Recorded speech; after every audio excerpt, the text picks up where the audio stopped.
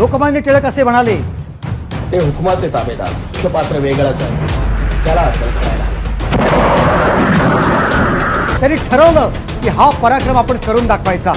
आज ज्याला आपण पुणे विद्यापीठ म्हणतो त्या ठिकाणी गव्हर्नरचा बंगला होता आणि लॉर्ड सँडर्सनी त्या ठिकाणी मोठी पार्टी आयोजित केली होती.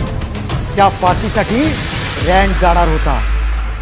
22 जून 1897 रात्रीची वेळ. गणेश खिंडीचा निर्मनुष्य रस्ता. रँड परत चालला होता. त्याची बग्गी धावत होती आणि त्याच वेळेला अंधारामध्ये आवाज घुमला,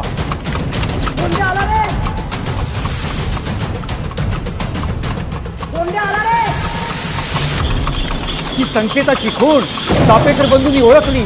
त्यांनी चित्त्यासारखी झेप घेतली आणि रँडच्या अंगामध्ये गोळ्या घुसल्या आणि तो त्या ठिकाणी कोसळला. अशा प्रकारचा पराक्रम चापेकरांनी केला.